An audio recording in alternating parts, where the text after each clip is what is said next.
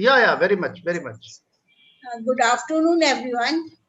I welcome you to this session when we are going to talk about leadership, and we have got two very renowned speakers on this topic, Mr. Chandan Ghosh and Ms. Archana Khurana.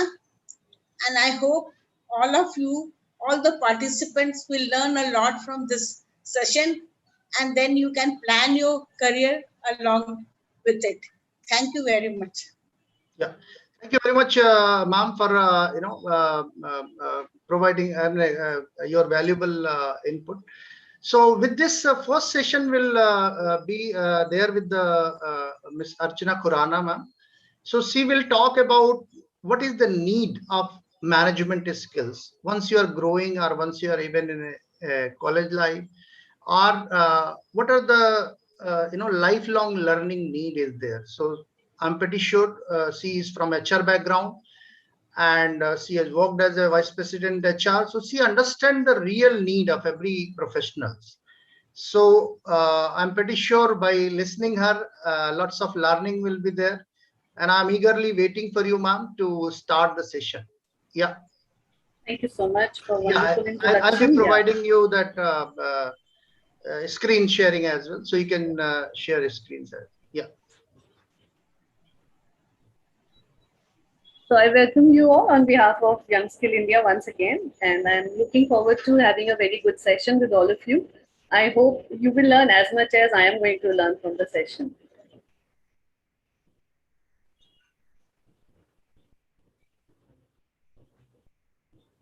I hope the screen can be visible to everyone. Yeah, it's very much visible. All right. So, what are the challenges, when we go inside an organization, or when you are coming out as a fresher after your graduation of class 12? What do you feel that the kind of challenges that we face? There are many challenges, and there are some studies and some researches which has been done in the similar manner.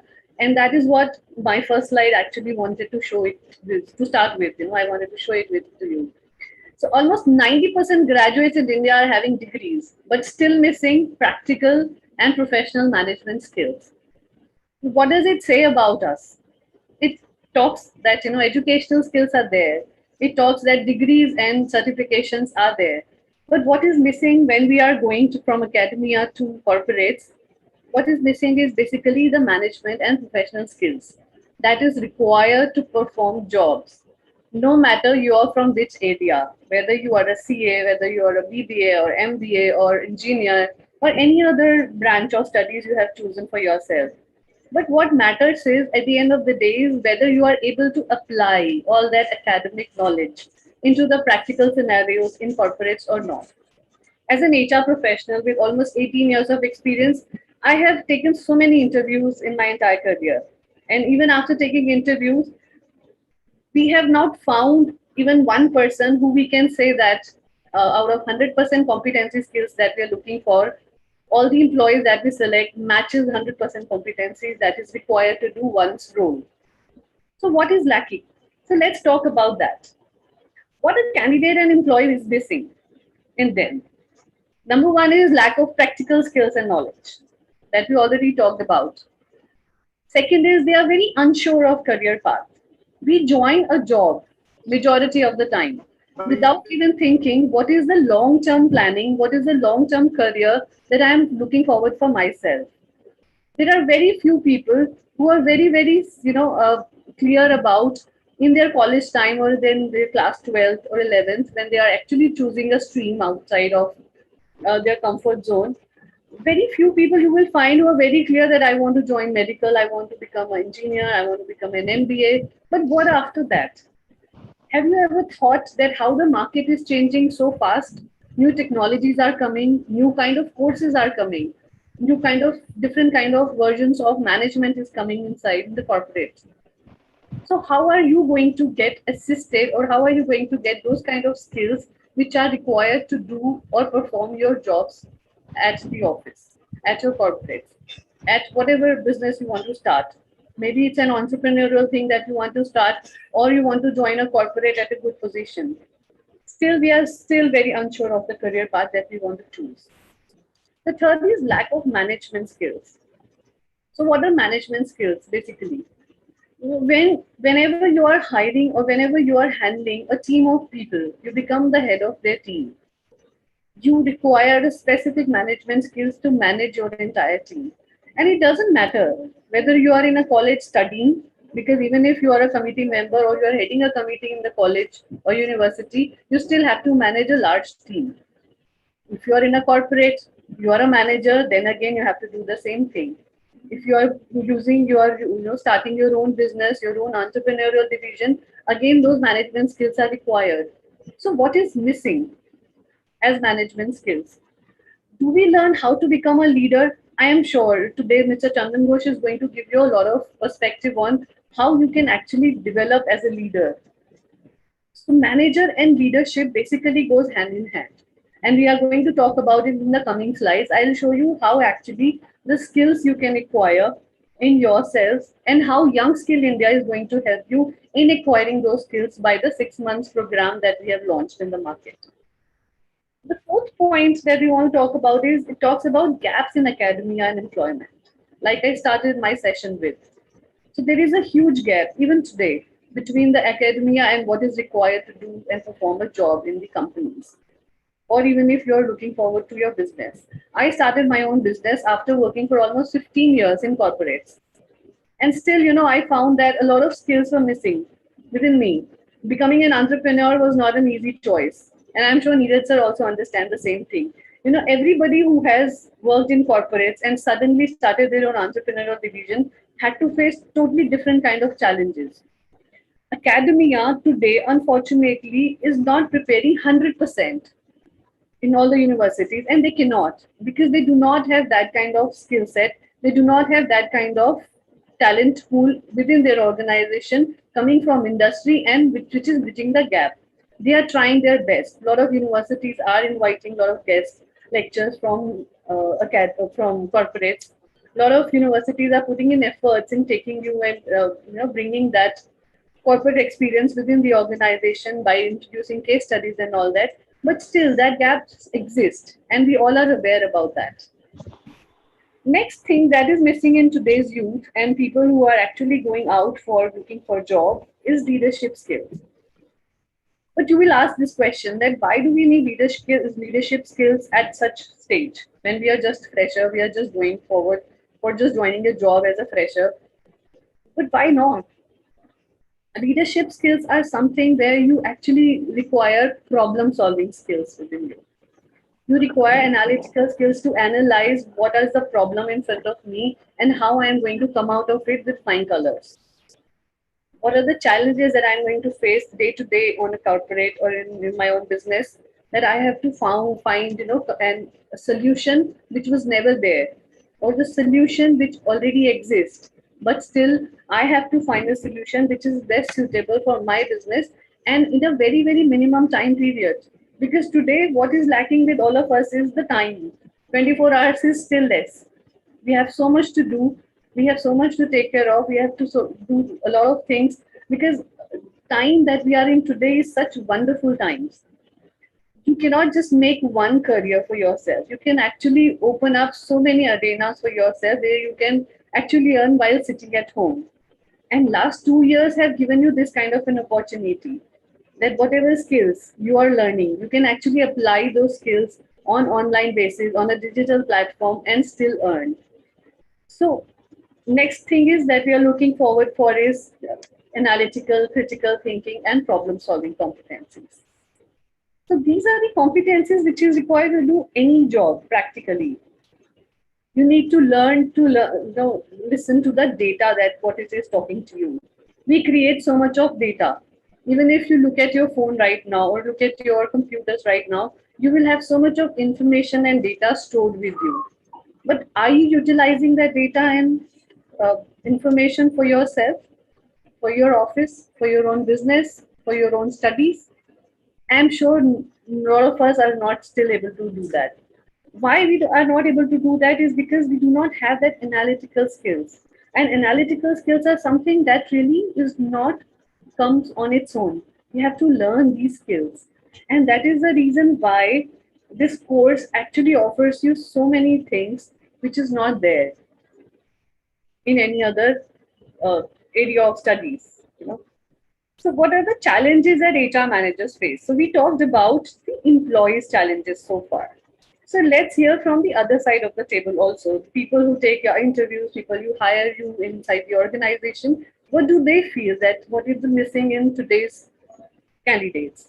So, number one is change management. So 48% of the company says that change management is missing. Second is leadership development. 35% of people say that leadership development is a very big challenge within the organization. Organizational effectiveness, 25%. Recruitment and availability of quality manpower. So imagine 24% says that even if we are a highly populated country with 135 crores of people, still we say that availability of quality manpower is not there. So how do we go ahead and actually bring that quality in us? Next is succession planning. The succession planning is basically how you move ahead in your career in a company. What is the hierarchy that you have to choose? What is the career path that you have to choose within the organization so that you can grow within the organization or within the corporates in various industries? The next is trainability. Are the people who are coming out of college or people who are employable are really trainable as well or not? How do we bring in that quality in people that they remain trainable all the time? Now you need to have that learning capacity, your capacity building platform for yourself all the time because learning has no dearth. As much as the technology is bringing new changes, it is actually opening up so many arenas for us, like, so many digital platform courses are available where you can actually learn and become much more skill oriented than you were initially. The last one is staffing, retention. Again, a major problem. Labor turnover is really something that all the organizations are worried about and talk about. They keep the targets that they have to actually, do over with their retention or attrition rate in the organization. So HR managers keep thinking about how they can actually sustain, retain their quality people for a longer time period. So now, what are the key employable skills? Like you're talking about the skills which are required for a corporate or for some students, for candidates, for employees to actually become much more employable. So what are these skills? So this is basically a model that we generally use in management classes. We talk about it. What are the skills that is required for an employee or a candidate to become much more employable? Employability talks about three different arenas. One is effective relationships, that our interpersonal skills should be that strong that you're able to absolutely create a working relationship with your supervisors, with your seniors, your juniors, your co-workers, and everybody. And that is the reason why networking is talked about so high these days. Everybody says that if you have good network, you have good references, recommendations, then obviously your career will shine a lot. Second is workplace skills. So when you're inside in corporate or you are working on your own, there are some set of skills that is required to perform your task in a really, really good manner. Next is applied knowledge. Applied knowledge is basically so far whatever you have studied. Whether you have a degree in CA or you are a CA, you have a degree in MBA or you have a degree in BTech or BE, what is that academic knowledge and how are you going to apply that academic knowledge in your day-to-day job? So let's talk about the interpersonal skills first. So what are the interpersonal skills required for somebody? And I'm just talking in general. I am not going to talk about specific branches right now. I'll give you certain examples about how some people, from specific branches can actually acquire good knowledge. But what we at FYSI is offering you from interpersonal skills point of view or from employability skills point of view, we are going to talk about that. So interpersonal skills, what are that? Interpersonal skills basically are skills that is required to perform your job with people around you. And no matter what we say, that I am an individual worker, that I can actually do a lot of good work individually, but still we need a lot of people around us to help us so that we move as a community together. So what are these skills? So number one is teamwork. No matter where we are, we have to work as a team, either as a team member or as a team leader. Learning those skills where we can manage the team and we can become a part of team and still perform as a group together is really, really an important thing. Second is response to the customer needs. So now customer handling, customer relationship management basically is a different kind of a branch altogether. It has become such an important branch in many corporates and many offices because when you deal with the customers' satisfaction, contentment, their happiness matters a lot for every organization. Even for you, no matter whether you take up a business in, a branch in MBA for sales and marketing, or you want to take up a branch in finance or HR for that matter, or you are an engineer who's going to out and perform his own technical responsibilities, you still will have some customers, whether they would be internal customers, which are your employees, co-workers, or external customers who are your clients, whom you will be working with. You need to learn those skills to manage those customers and keep them happy and content with your product and services, as well as with your interpersonal skills. Exercises leadership. Again, as we talked about that, so interpersonal skills, leadership is really one quality that needs to be imbibed, instilled in everybody. How are we going to do it? Is that if ISIS, there are specific case studies, there are specific, uh, you know, video contents and a lot of examples that our faculty shows you that actually helps you in becoming a better leader in day-to-day job. Next is negotiate to resolve conflicts. So a lot of negotiation is required at any point in time when you are in job. To start with, when you go out for a job, you need to negotiate with HR for your salary. It is as simple as that. So that negotiation, so that there is no conflict later on, is really important skill to learn. And then respecting individual differences. So understanding each other, even if we do not agree on some things, still be able to respect each other's point of view is so much important in today's time. Then personal qualities that is required to perform a job and how YSI is going to help you out in. So these are the specific skills that we guarantee that at the end of the 6 months program, we are going to give you these particular skills in you.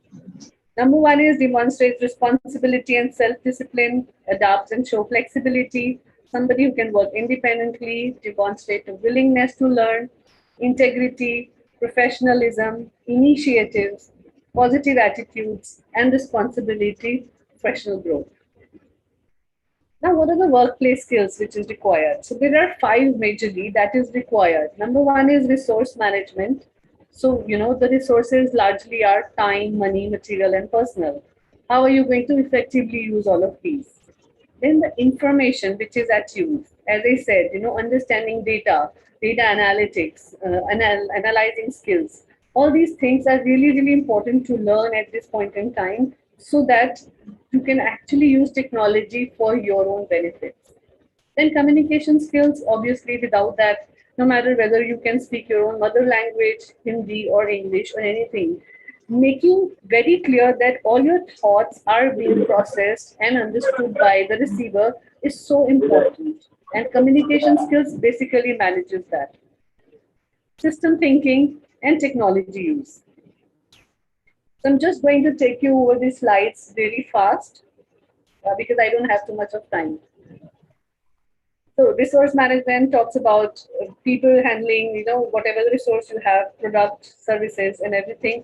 Then information use talks about how to locate information in the system, how you can use the information, how you can analyze the information, and you can use information for decision making. System thinking, understand and uses a system, monitor system, improve system. Then comes the applied knowledge.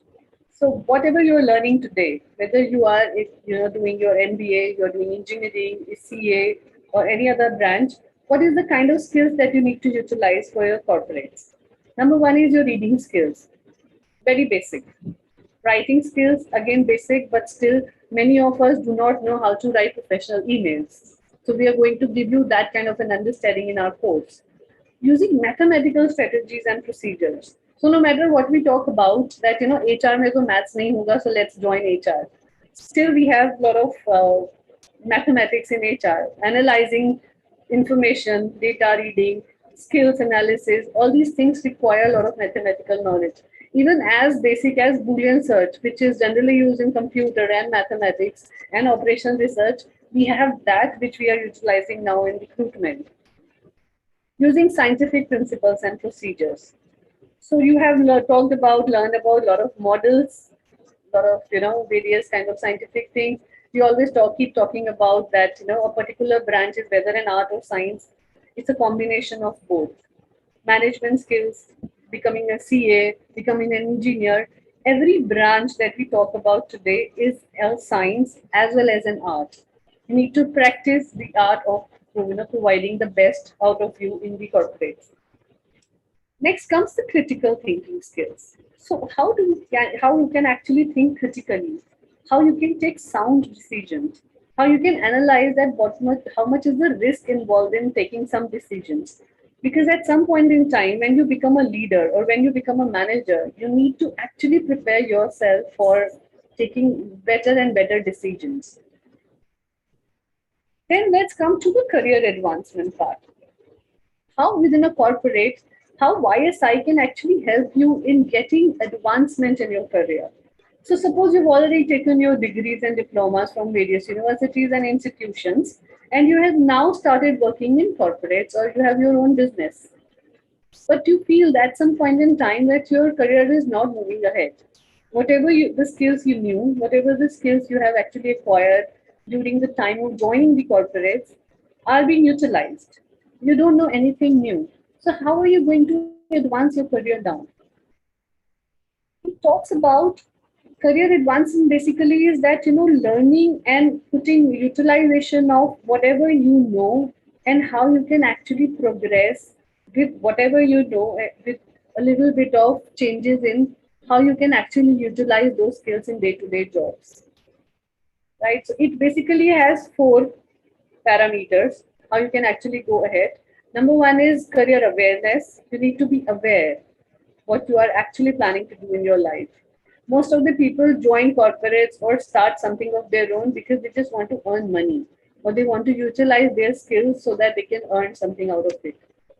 But there can be so much more. There can be so much more you can actually give back to society. You can actually help some people who are there. You can actually put a career, a goal for yourself, making your career a much more progressive than what it is right now. So futuristic skills. So there was a research which was done by World Economic Forum. So World Economic Forum says that these are the skills which is required for everybody to perform their jobs and responsibility for the future. So what are these skills? Number one is critical thinking, then analysis, then problem solving, then self-management, and the fifth one is active learning. We had already talked about these skills as an employable skills. Now these skills would be required for everybody so that you can progress in your career by 2025. You need to acquire these skills in yourself and put to use. Again, the same thing that we talked about. What are the skills that is required in 21st century? Ability to negotiate, adaptability, open mind, decision making, emotional intelligence, which is empathy, creativity, initiative, how you can be inquisitive, your curiosity actually brings in so much results, critical thoughts, and resolving complex problems. So this is the scenario today. The education and your career, professional development is missing. So how are we going to bridge that particular thing for your career progression? Is through career development model. So what is the solution that we have? So the solution is Young Skill India. It's a recognized platform. That's the first thing. The course is only for 6 months, happening only on Saturdays and Sundays. It is, you can actually join this course from the comfort of your home or office, wherever you are, during the time when you are not disturbed by your corporates also, generally in the evening hours. How are we going to help you in acquiring those skills that we are talking about, which is missing in right now?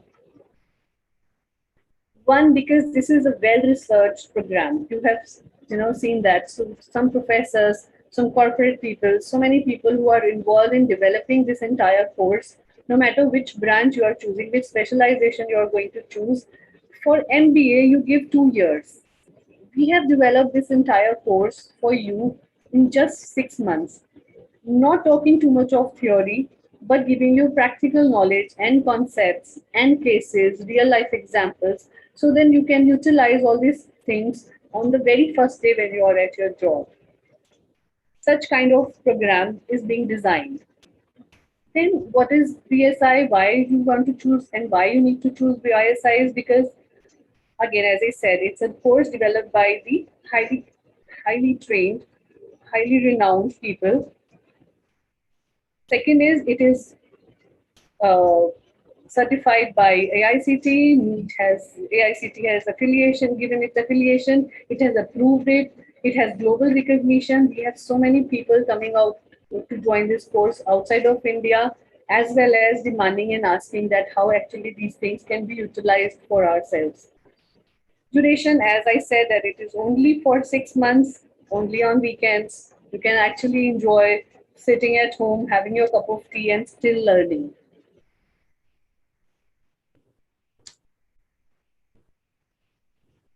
Candidates profile and where they are. So, so these are certain categories of people who can actually use and utilize this. So people who are MBA, non-MBA, still looking forward for higher education. Second category is non-MBA working professionals. So a lot of people join corporates immediately after their graduation or taking up a degree, but they do not progress in their career in organizations because they do not have that degree or diploma to showcase, or those skills which can actually showcase to their employer that they are ready to take up new jobs, new roles as a manager or team leaders in their organization. So this is where this course actually helps you in acquiring those skills in you. Whatever management skills we talked about, whatever employability skills that we talked about, whatever futuristic skills that we talked about, we are going to give you that. You want to clear interview, we will give you that particular skill. You want to go ahead and speak to 200 people on a stage, public speaking skills, we are helping you in acquiring that as well. Online interactive batch it is. We can only take maximum 30 people. We do not actually go beyond that, so that your interaction with the faculty remains. Your interpersonal skills can be put to use when you have a small batch. Around, as I said, the faculties, all the faculties, like you have already met Reena ma'am, Rekha Prasad ma'am, me. There are so many faculty members at every branch who are basically industry experts, renowned, specialists, have their kind of knowledge, have both industry and academia experience, and they are utilizing those experiences to make your life much more better when you are actually taking over this course.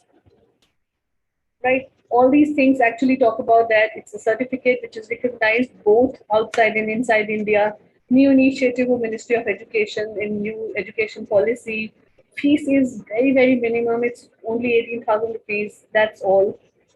Specializations as whatever you want to choose. Marketing, HR, finance, operation, SEM, tourist, IT, whatever you want to actually make your career in. Promotions and management skills actually is helping you to apply for jobs, look for jobs, or grow inside your jobs. Anybody can join this course. That's the best part about this. You do not have to have, a specific certification with you. Whether you're a graduate or you're an undergraduate, you can still join this course. Who are the founders who have created this particular course? These are the people who are, is bringing to you a very well designed, very well developed course. You can read about them. Everybody is having 15, 20 years of experience. People from IIMs, people from IMSBHU, people from retail industry, telecom industry. Everything is so well designed that it can actually help you in designing everything that you're looking for.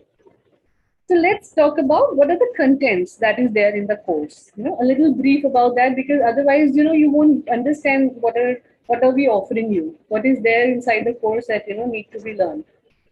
So in operations management, SCM, we are talking about everything that is required to perform the job practically. Operations management and strategy, predictive analysis, big data, project planning, inventory, supply chain, vendors management, Six Sigma and lean operations management, advanced concept. So people they're not so much of time, almost 6 months to 1 year, to just understand Six Sigma. We are providing to you all the practical uses of Six Sigma in lean operation management in just 6 months of time. Imagine that, the kind of professional management skills that you are going to acquire. Then comes to the marketing management. If you choose this specialization, what are the things that you are going to learn? So starting from consumer behavior, because that's very, very important kind of a skill that is required, to creating a complete brand out of your organization. Employer branding is such a big talked about topic these days. So how you can actually help your organization to become a brand is very, very important.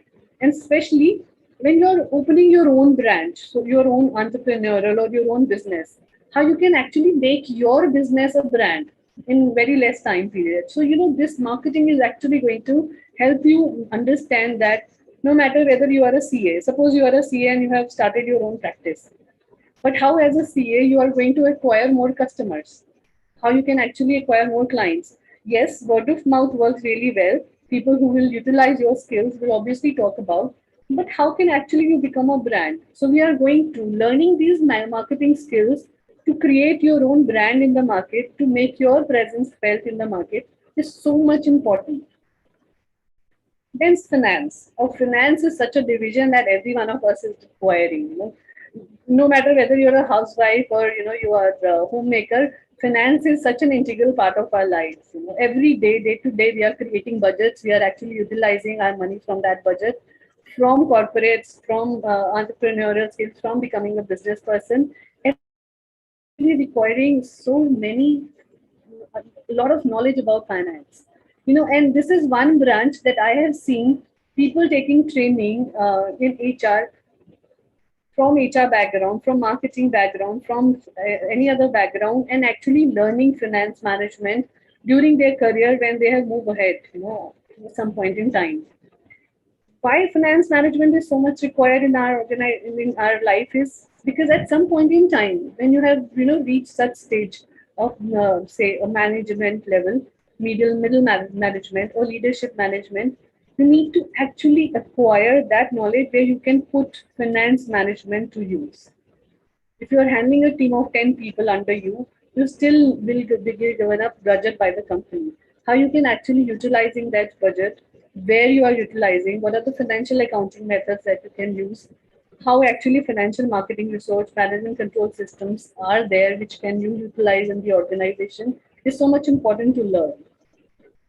Now comes HR management, my favorite, as I said, So HR management basically is going to teach you about metrics and analytics. Like we talked about taking decisions in hiring people, in talent management, creating that pool within the organization, or letting those people go.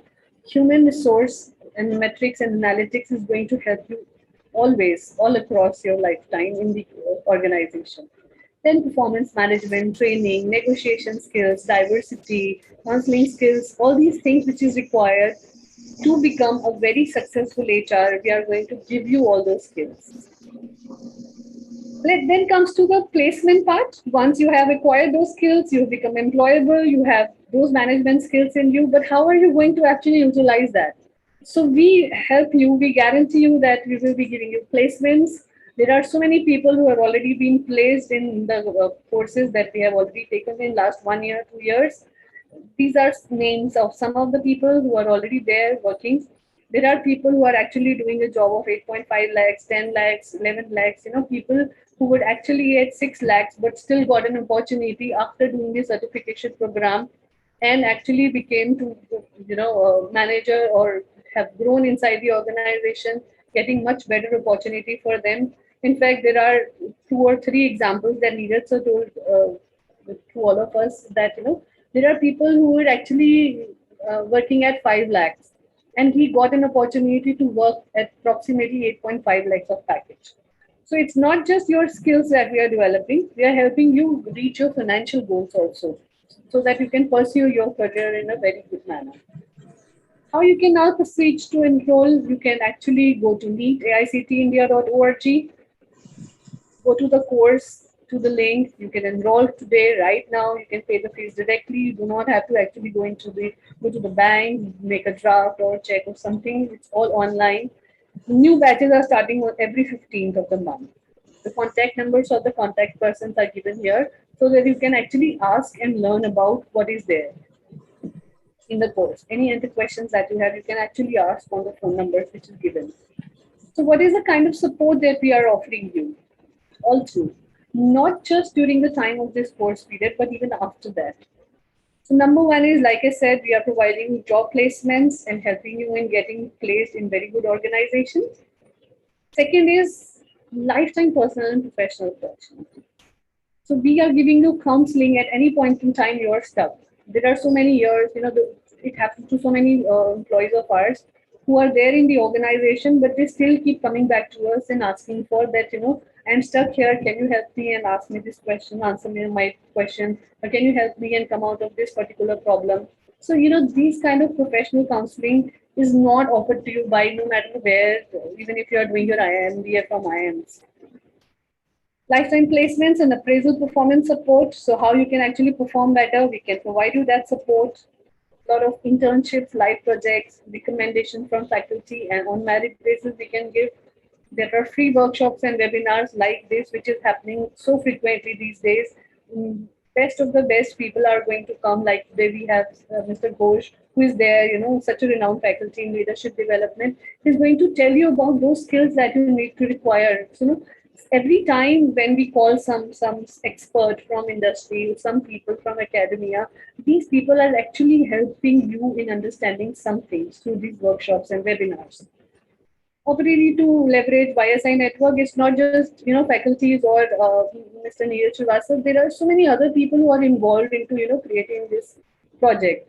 In fact, all the students itself, there are many successful students who are there who can actually help you in bringing you that kind of skills. Tomorrow you get attuned to all these people, you meet these students. Some students are already working in some organization and they can actually open up that area that our company is also looking for somebody from this skill set. So you can actually help apply in those organizations also. So the network is not that small with just faculties and experts helping you out. It is the students, it's such a vast area which is available for you.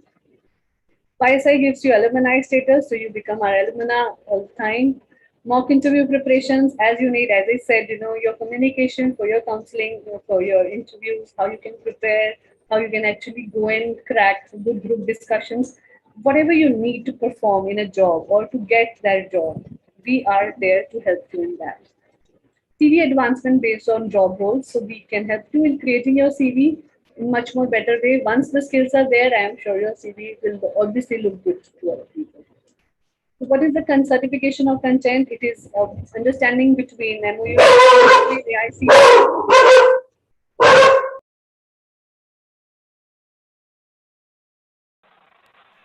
Ma'am, doggy.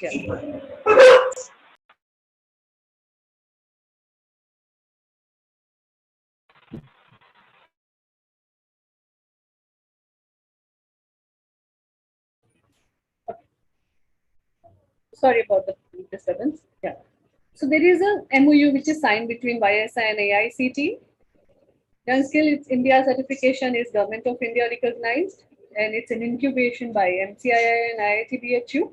It's a professional skills which is running and recognized by Mahatma Gandhi Kashi University as well.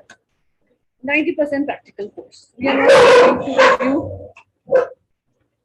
not going to give you too much of theory. It's all practical, 100% practical experience and exposure that you can actually utilize in the organization right in time when you are going for your job. Everything is copyrighted, it's original, nothing is copied, nothing is actually taken from somewhere else. Everything that you are going to learn, all the practical examples, real life case studies are all created by the faculty members, is being given to you right here during this curriculum. Linkage of subject with product and tech. So everything that you are going to learn is actually helping you to understand the product knowledge, the services, and technology all together at one point in time. The classes are on Zoom, as you can see, certification course is given, certificate is given to you at the end of the course. It comes under new education policy NEP 2020, which is being launched by new government. So you are actually not going to utilize the new skills that is there, but also it is going to help you in advancing your career. So a lot of industry corporate hires, like I had already said, there are so many industry experts which is coming in. You are actually experiencing that today itself. So there are many more people who come from various background of MSME sector, entrepreneurial sector, or corporate sector, as well as academia. All these people are coming together to give you that kind of skills that is required for performing your job in much more manner. Scalability, as we're talking about, you can actually go through this particular slide on your own. So many people who are there available in India, so many colleges, still so many things are lacking in people, and we are helping you out in getting those courses, getting those skills. So many people have already joined these courses from various arenas, and they are actually performing really, really well. So once you enroll yourself, once you are there inside, then you can actually get to learn and know about the courses in much more better way. This is the certificate that you will be getting at the end of the day, so you need to know that. It is MOU with AICTE, the Ministry of Education, stamp, incubated, everything that you need to know. And it has 100% authenticity that you can actually put to use for your career advancement. So that's all. In case you have any questions for me or for Mr. Neeraj Srivastava, we can actually help you in resolving those queries right now. Thank you from my side, and thank you for being such a patient listeners. Yeah, thank you very much, ma'am. Yeah, I will request to just close this PPT. So thank you very much, everybody. In fact, many of the members were asking for something, waiting for Mr. Chandan Ghosh to listen. So it says, you can say that that is the area where we are basically talking about today leadership for the managers. That was the only objective. Yeah. However, whatever new things are happening all across the world, all across in India, many of the people are not aware and they are not able to take the advantage of them. Many of the managers will go for spending 10 lakh, 12 lakh, something like that, for even management, learning management skill. So these things were really important to give in a detail. So those who are waiting for Mr. Chandan Ghosh, certainly I will not take much time, and I would like to invite Mr. Chandan Ghosh for his session. Yes, sir, please. Okay, thank you very much, Neeraj. Can you hear me? Yeah, very much, sir, very much. Please Okay. go ahead. Yeah. Okay, ladies and gentlemen, good afternoon to everyone. It's a great privilege for me to be here today and talking about a subject which I believe is most popular, most hotly debated subject in any professional organization. That is about leadership. The good thing is that there is no standard definition for leadership. No standard definition. Leadership is different for different people. A few minutes back, Archana ma'am was presenting, and she was showing a slide where she said that people who join the industry without MBA background. I was one such. I never had a management education. I was doing my physics before I joined this profession. And so I was not a management graduate per se, but I still could build my career in an organization like Nestle because I could learn. So the good point, what I'm trying to highlight is that leadership can be learned. Nobody is a born leader, but leadership can be learned. I have later on gone to different institutes like London Business School, like in Stockholm, in Switzerland. But I have realized the fundamentals of leadership is same across all zones.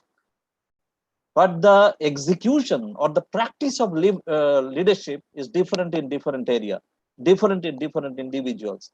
So I am not a professional expert to talk about, I don't talk about theories of leadership. What I can do is to share about my experience of learning leadership. So that I will share with you, right? With this few words, if I can Yeah, request. screen has already been given, sir. Okay, you have given. Let me share my screen.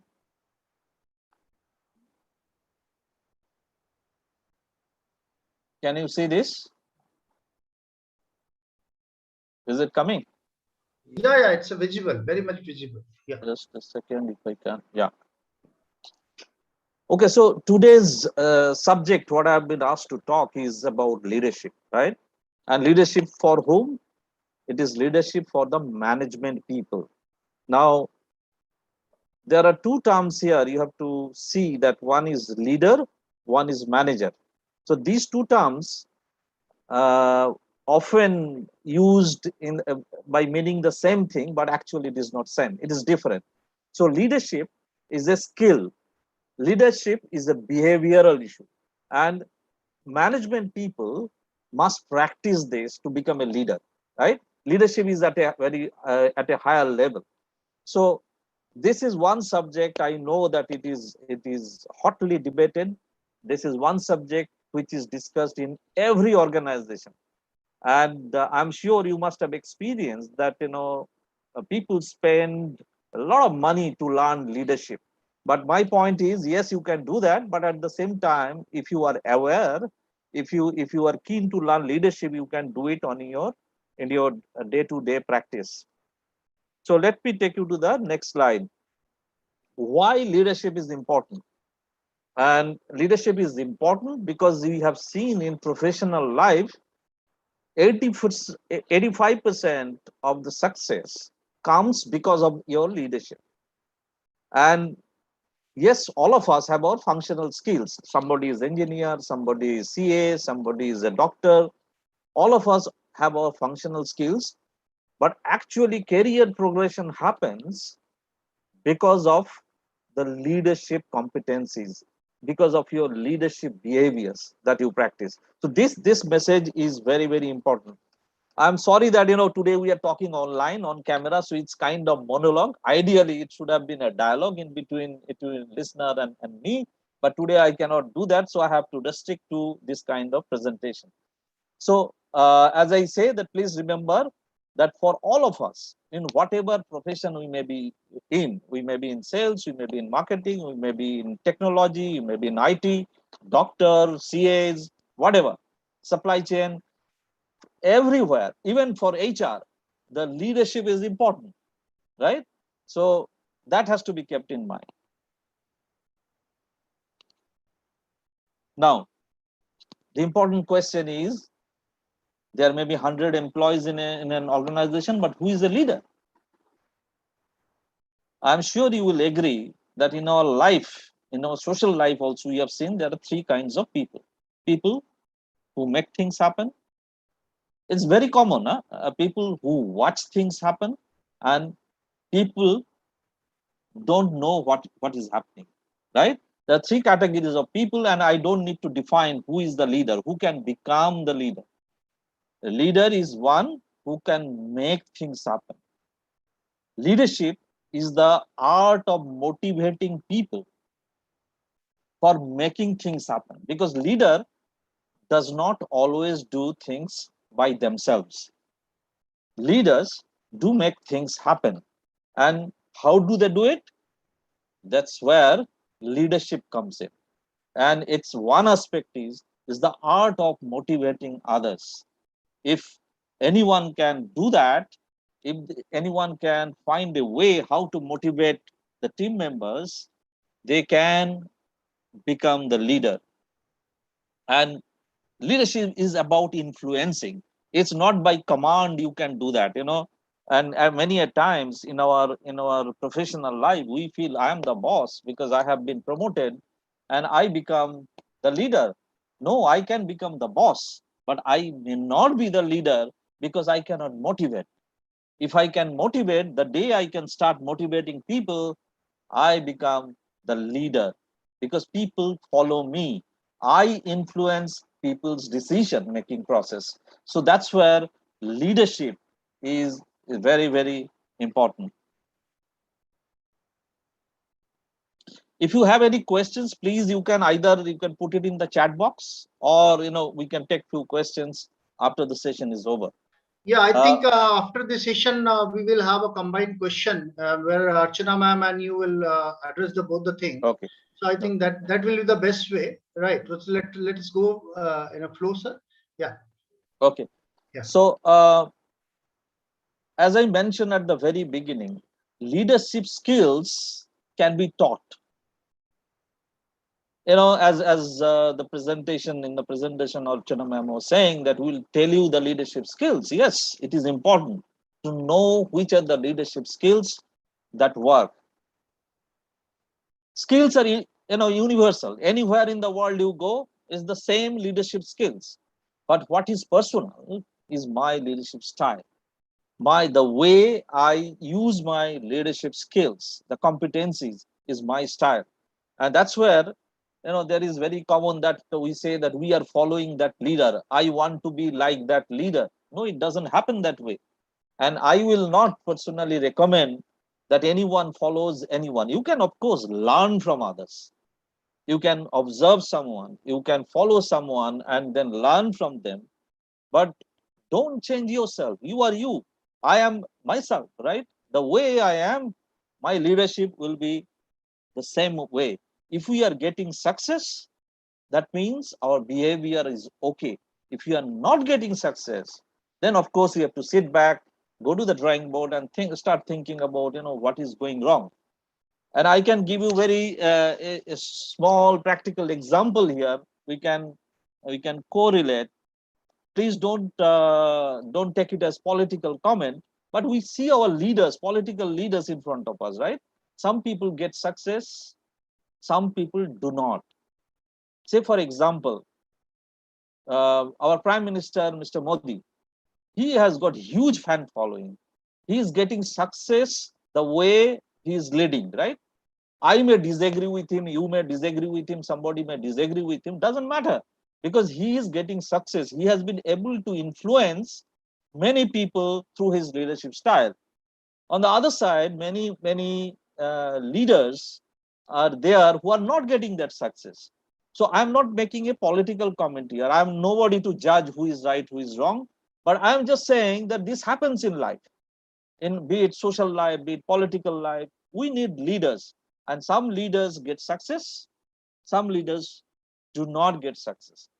So that's where the leadership comes in. If we can execute our leadership with our own style, we get success. How we execute is very important, and it determines our leadership style and our professional life success. So that's very, very important. Leadership is never about a designation. As I said that when I started my professional career and then moved slightly ahead, initially I was thinking, oh, that means I am the leader. Actually not, unless I learn. It's not about designation. It's not about in the pyramid of hierarchy where you are sitting. It is about influencing and inspiring others. The day you can do that, you become leader and your success multiplies. In our professional life, we have seen that while we have the same educational background, some people get success in professional life, some people do not get that much. What is the difference? Because you came from the same background, you had the same education, but in professional life, somebody is going ahead, somebody, okay, easier to say that, the management is biased, they do partiality. No, it is not. Management looks at the skill levels, leadership skill levels for the next level of operation. Whatever level we are today, if we can start practicing our skills for the next level, then only the people progress in their professional career. So we have to remember that. Leadership has got nothing to do with seniority or one's position in the hierarchy of a company. I am repeating this statement that it has nothing to do with seniority, nothing to do with the role, designation, hierarchy of the people in the system. Leadership has got nothing to do with titles. I am the manager for this does not make me a leader. Leadership has got nothing to do with personal attributes. I am taller, I am shorter, I am black, I'm fair. So it doesn't matter. And leadership is not management. We have to understand this issue little in deep. So you'll talk about it. It's management is about execution of task, finding a way to successfully execute a task. There has to be systems and processes. At leadership is not about processes. Leadership is about people, right? So we have to remember these points. Is there are a few facts which are given. We see it in our day-to-day life, so we need to be aware of this. That in any organization, normally people will say the leadership means the management hierarchy. As I mentioned, that people who are sitting on the top side are the leaders. That is the leadership. Even say, for example, when I was the business executive officer, I had my leadership team, which means that the people sitting at the decision making level are the leadership, which is fair. But that doesn't mean that all of them are leaders. To be an effective leader, we need to possess competencies or traits which go beyond our day-to-day task, right? That's what is observed in a good organization. That is this man doing his duty successfully and then going beyond his day-to-day duty to motivate somebody else to perform his duty. So that is very, very important. And I have seen this many a time in many organizations. A good salesperson who is very successful in sales, in getting sales, say that management has been very unfair because I have not been promoted. I was the best salesman. I have not been promoted. Somebody else was promoted who was not the best salesman. But the fact is, yes, achieving your duties or achieving your targets are very important in life, but that does not guarantee your progress in professional career. These two things are completely different, and please remember this very carefully. If I am achieving my targets 100% day in, day out, does not allow me to be the CEO of the company. I may become, provided I have these leadership skills and I demonstrate that, then I may become. Say, for example, Nestle's CEO, Peter Brabeck, he was CEO for many years, global CEO. He was a ice cream van salesman. So he could go to the top of the organization because he demonstrated certain skills, certain behaviors, which was not seen in others, right? Leadership can be learned and it can also evolve, which means that nobody is a born leader. Leaders are not born, leaders are made, and leadership skills are learned.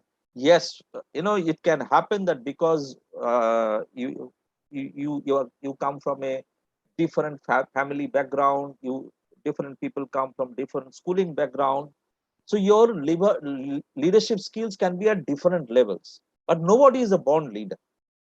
So those skills have to be sharpened. And it has happened for me because I repeatedly say I came from a very humble background. My education started in a very local primary school. I did my graduation in physics. I was doing post graduation before I joined Nestle. I had no clue about leadership.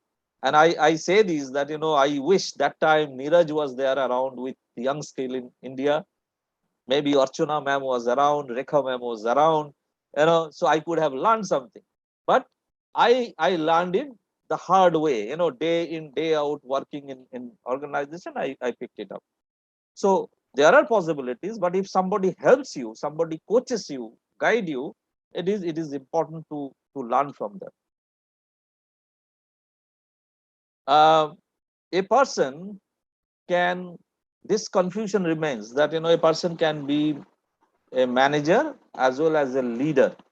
He can be referred to as a leader, but not all managers are leaders. Remember that. Now, why leadership is becoming important? Um, Today, the organizational structures are very complex. It's no more, simple hierarchical, vertical structure. It's a metric structure in most of the organization because of many reasons, because of cost issues, because of many other issues. Project management has become very, very common, and it can happen in an organization. One person is reporting to 2 to 3 different bosses. Life becomes very difficult. I have experienced that. At a point in time, I have reported to 3 bosses. And when the annual appraisal happens, you are really in a very tight spot, very tight spot. So, what is very important? It is not about your appraisal. Forget that part. What I'm saying, that working in that environment to get your success, to achieve your goals in that given environment, where you are working with 3 different teams. You are working and taking instruction from 3 different bosses. It's complex, completely, it's not easy. And there, leadership comes in. Anybody who has a good leadership skill will shine in that environment because he can network, he can engage, he can listen well, he can present well, he can help others to achieve their, because in a project, if you achieve your target and others do not achieve their target, it doesn't make a sense because the project is a failure. So in a project, not only I achieve my target, I also help people to achieve their target too. That's leadership. In simple term, that is leadership. How many people do that? We many a time we feel, oh, why I know something, why should I share it with him? If he gets success, he will go ahead in life. It doesn't happen that way. If I know something and if I share with Neeraj, and if Neeraj gets some success, it does not pull me down. I'm still there where I am, right? So that's very important learning of leadership. I have learned in my life that, if you give away, it comes back to you. Give, give your knowledge, give your skill, help others, and it comes back to, it's very important leadership learning for me. Now, Neeraj has introduced me. I have not introduced myself. Let me try and do that in a very brief form. That you know my name. My name is Chandan. I am from Kolkata. I was born and brought up here. But in between, yes, I went out of the city. I was based in Gurgaon. Then I went for my international assignment. I went to different countries. I traveled and then came back to my base, to my root in Kolkata again. I have a family, my wife, my daughter. My daughter lives in New Zealand now. And so me and my wife, we are here. Uh, as I mentioned that, I learned, I studied physics in Jadavpur University, and I was a Jadavpur University basketball blue. I was the captain of basketball team. In physics, electronics was my special interest. I am an electronic hobbyist. I still keep on, after my retirement, I still keep on doing small projects. So I enjoy that. Uh, I have learned leadership through experience mostly. Yes, I have gone to some institutes, as I mentioned, that I went to Switzerland, Stockholm, London to learn leadership, but mostly I try to connect and understand those leadership principles I learned through my day-to-day experience. So I love green area. I love to walk on the greens. Um, I know what I enjoy, what I celebrate. I celebrate the values that I have learned during my professional life. I enjoy the values that I got from my family, and I passed on to my daughter. Those are I really enjoy. I enjoy and celebrate my sports achievements. That I was a sportsman, and my professional achievements also, that I was given specific tasks in the international market to turn around businesses. I could do that, and those are I celebrate. Most important is what is my strength and what is my struggle, what is my weakness. I have few strengths, of course. Since I have progressed a little bit in my career, so of course I have few strengths. I recognize that. I have always been very sincere, dedicated, high energy person. That's very, very basic in leadership. So I had that. I have a positive mindset. Even in difficult situation, I try to think positive. Of course, I can motivate people. I can talk to people. I can spend time, understand their issues, and then motivate. And I am able to understand the core values of life, right? And I can work with people in different cultures, different religion, different sectors, and different continents. What are my struggles? There are many, but if I have to mention, that I know that I get bored little easily. I don't know why it happens to me. I have not tried to change it, but if I have to do same thing repeatedly, I get bored. And also, I switch off little early in a conflict situation. If you don't agree to me, I may try to convince you with logic 1-2 times, but after that I switch off, which is not good always. And also, I'm a bit introvert person. I'm talking now. I have acquired this skill of talking to people, standing in front of 100 people to talk. But if you leave me to myself, I'm an introvert person. I would love to sit, read a book, do nothing. But I'm not very curious for that reason. Many a times I miss out on important things because I did not ask the right question. So these are my struggles. So everyone has this strength and weaknesses. Nobody can say I am perfect. I have only strength. I don't have any weakness. But the beauty is a leader always try to understand the strengths and weaknesses of individual. And the leadership begins here. That do I know myself? Who am I? Right? Once we understand that, you cannot cover up all the, you cannot erase all the weaknesses. But what you can do is, if you know your strength, you can use your strengths much more to ensure that your weaknesses are covered. So that's why I showed it to you. This has been my professional journey. Just for your information, as I mentioned, that I joined at a very, very basic level as a trainee in the organization in 1984. Then the good thing is that I was lucky that I got exposed to different functions and tasks throughout my journey. Every 3 years, I could change my role, and I learned about being the first line manager. I was in sales and marketing. I went through gradually my roles in the organization hierarchy went up. Again, these are all organizational manager posts, not leadership.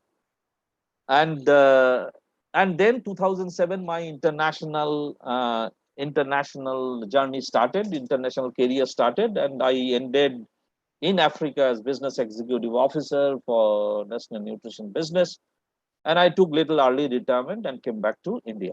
So that's how has been my journey. And throughout this journey, everybody takes this journey.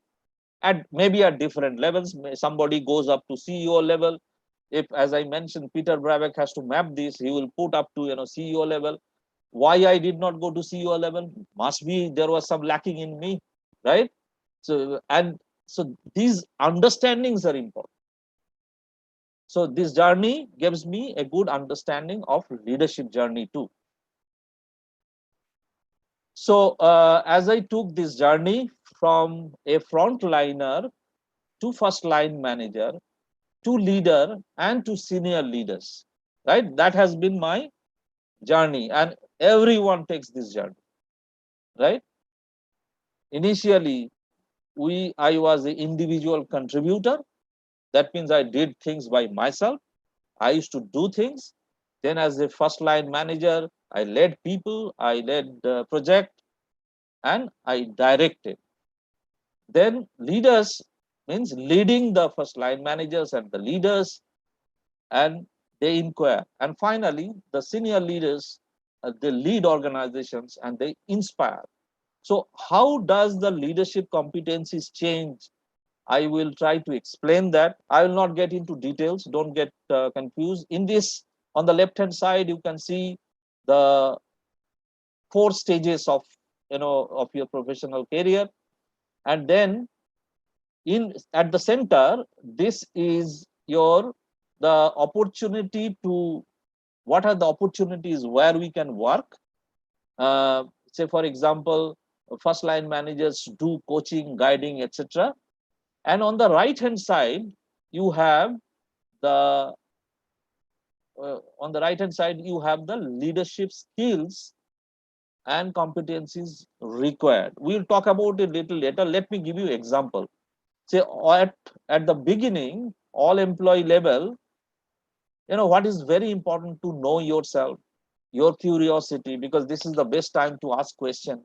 Everybody is ready to help you.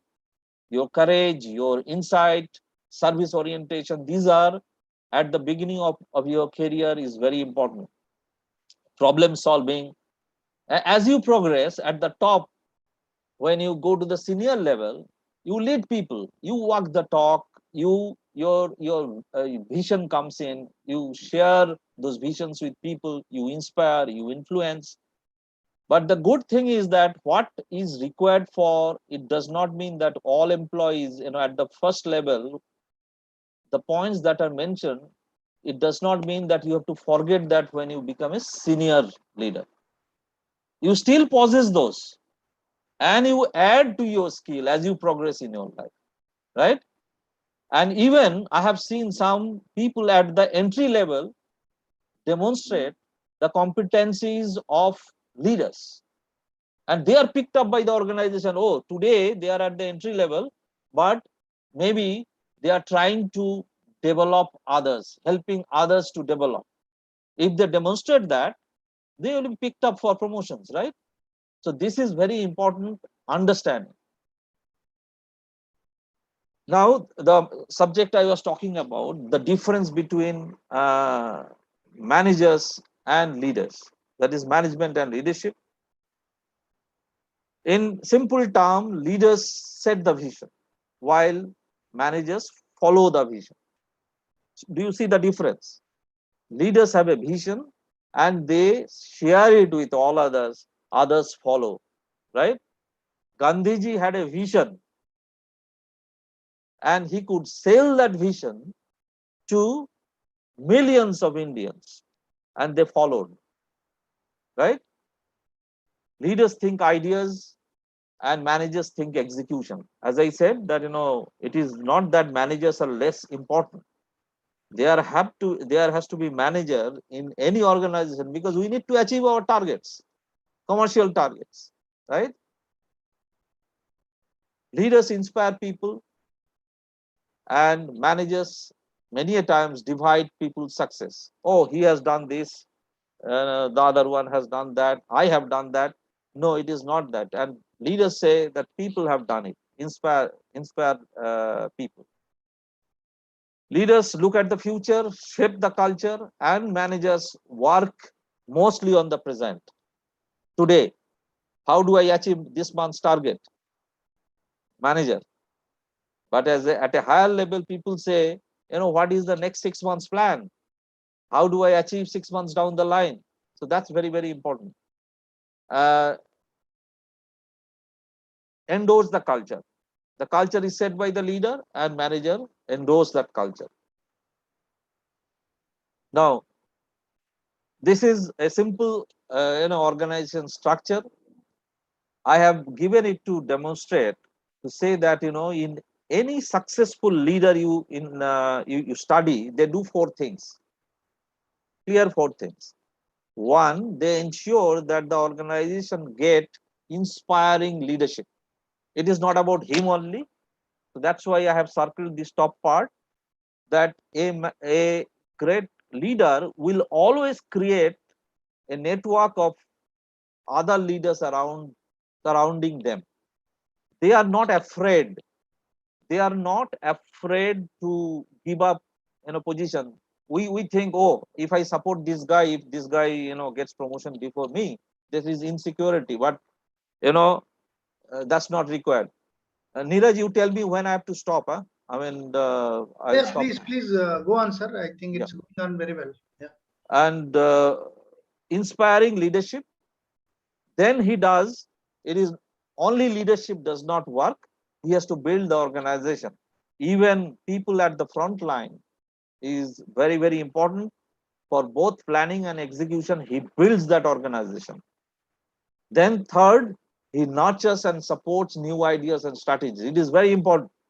Many a time, managers stop new ideas. They kill new ideas. No, this is not good. Everything is good. Everything is fair. Encourage people to come up with new ideas. Then only the organization grows. And number four, which is very important, that a great leader do transparent and consistent communication across the organization, internal, external, both. So these are four things which are very, very important aspect of a great leader. Now, the most important slide, I think Archana ma'am also talked about certain aspect of leadership. I will not get into the details, but I would like to highlight these points, that if we want to become a great leader, or if we want to grow as a leader, right? My personal experience, my learning is that these 10 things we should be able to consciously develop. First is the self-awareness. As I said, that if I don't know who am I, what is my weakness, strengths, I will never get success. So it begins from there. The next is team building, service orientation, coaching, and mentoring. Leaders do these things. And people who do that, who not only does his own work, but at the same time coach, mentor others, they are easily noticed. They are picked up very, very easily. Perseverance is one of the great qualities of a leader, because not necessarily all my ideas will be accepted. But if I believe something is right, how do I stick on to that battle of influencing others, to do that?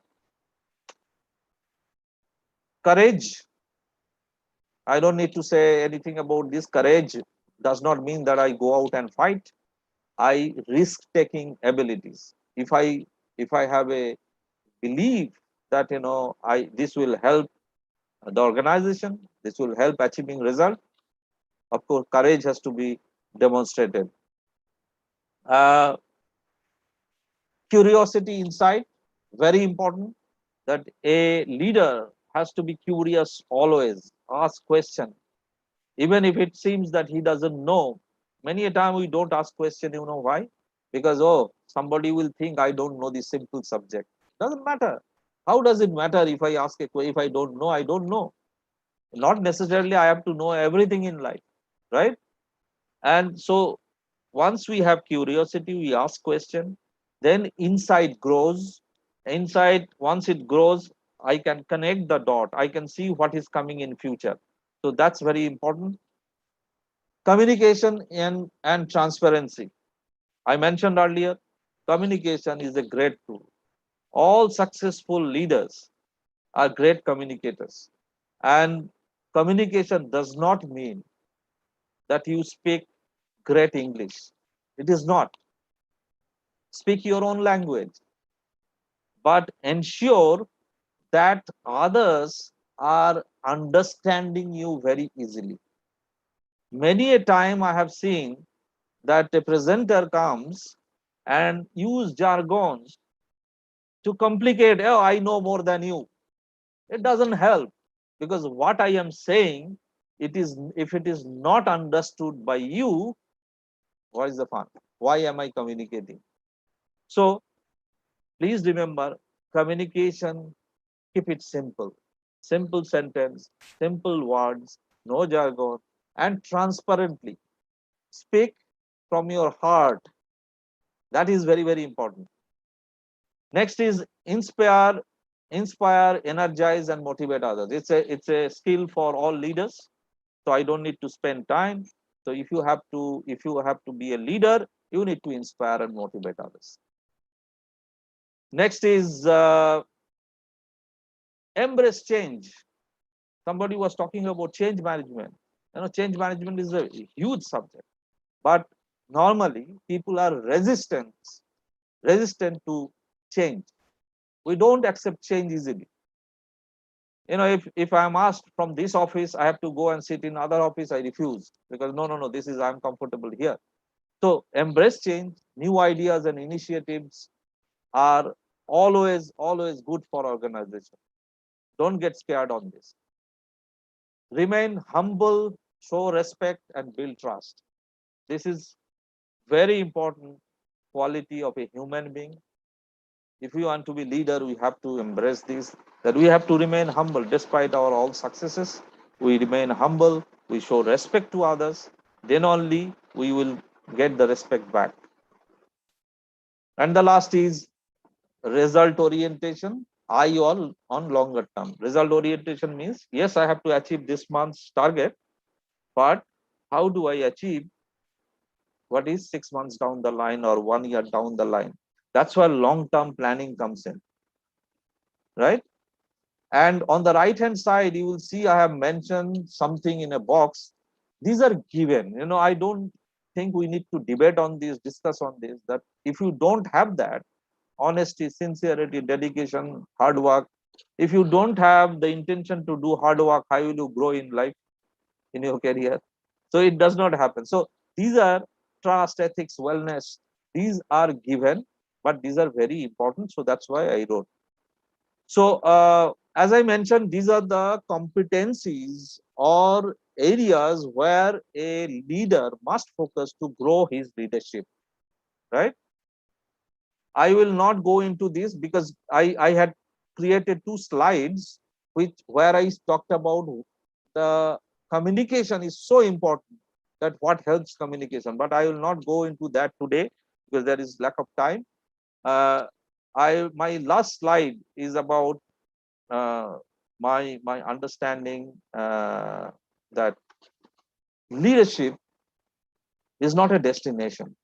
Nobody can say, oh, I have attained leadership. Can anybody say? Can anybody say, oh, I have become a leader? It's not a destination. It's a journey, continuous, every day. We are at a different level of leadership, each individual, but it's a journey. And if you want, you can really become a great leader, but your willingness has to be there. Your willingness to learn leadership has to be there. The journey of leadership is unique to individual. It's not necessarily follow the same pattern or trajectory for all. The way Mahatma Gandhi has become leader, I cannot follow that and that trajectory and become a leader. I have to have my own way and understanding of leadership and go that way. What we achieve, yes, it is important. But please remember, how we achieve decides our fate decides the journey in our professional life, whether we'll get success in our professional life or not, depends on how we achieve it. So that's where you remember that example, that why not all top sales performer become the CEO, because how they achieve their sales target is more important to the management than what was achieved. What was achieved was important, but more important is how. So please remember the how. Thank you very much. I would like to conclude here. If you have any question, I would like to take that, or else I have given my phone number, my email ID here. You can always write to me. I am always available. So thank you very much once again. Namaskar. Thank you, sir. Thank you very much. Yeah. So I'll request to just close the screen. So yeah, give me a moment, please.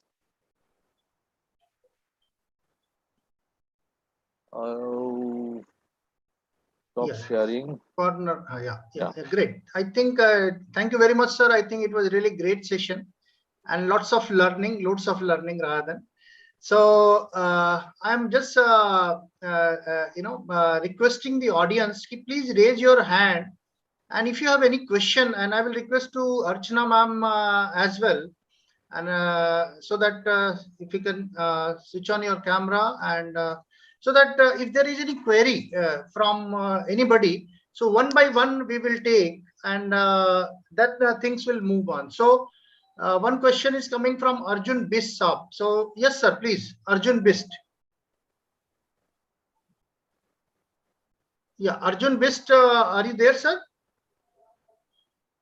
Okay. Yeah. So now second is Ria. Ria, do you have any question? You can open your camera, and then you can ask the question. Yeah. Good afternoon, sir. Good afternoon. So, thank you for this great session. So, I was having a question from you. Sir, at the beginning of the session, you said that you are a student from physics, and then you switched on for business, for management field. So, sir, my question was that what kind of difficulties did you face, or it was very easy? Sir, because management requires accounts, and we science students are not very much familiar to this subject. Okay, Ria, I think it's a very interesting question, and I started with that. I wanted to convey that yes, it happens to many people, right? That you have a background and then you switch over to some other background. That means physics has got nothing to do with management and nutrition. So it can happen to anyone. Now, as I said, that our life is a journey, right? And during the journey, we start learning. When you enter an organization, what is seen? You're seen, okay, whether you are maybe they give a minimum qualification that you have to be graduate or postgraduate, and then during the interview process, they look for something. What do they look for? And I think that Archana ma'am and Neeraj was mentioning that during the process, they look for certain skills. Why do they look for certain skills? Because they know that otherwise this journey, coming from physics or any other subject to a new subject, new field, will not happen. The candidate will not be successful. So that's why maybe in my case, what happened that time, Neeraj was not around, but still I could manage myself. Maybe interview I tackled. I'm sure many people do that, despite not having the professional management education. They still manage to qualify and get into the organization. But once you are there, you are right, the environment is completely different. Corporate environment is complicated, it's difficult. Now two things can happen. You sharpen, either today there are a lot of opportunities, you can go to any school, any management institute, you can hire a coach, you can have a mentor, you learn from them. But for me, the most important is your own mindset that, I want to learn, I want to get success in my professional journey. If you have that mindset, I'm sure that, you will learn it the hard way. And of course, today, as I mentioned a number of times, that you can take help from, any institute, any individual. But it's not going to be easy. Your learning is never easy, especially when you get into a new field. Thank you for the question. So very aptly Thank you, sir. asked by, I think this is a question of next generation people who are passing BA, BSc, BCom, or MA, MSc, MCom, or engineering even. So corporate is the place where business is happening. So they are looking forward for such kind of people who are coming and who are having at least some basic management skills, who can at least understand the business environment, and the basis that who can contribute. So that's why very correctly presented by Archana ma'am that the new kind of initiative has been taken by the NEET AICTE Ministry of Education itself, that management certificate course. So anybody can now learn this management certificates, and this is one of the initiative. That's why these things are very aptly that either you go hard way, learn by your own struggle, either you learn and then move on with the ladder. Yeah, I will take the question from Rajendra sir. Yes sir.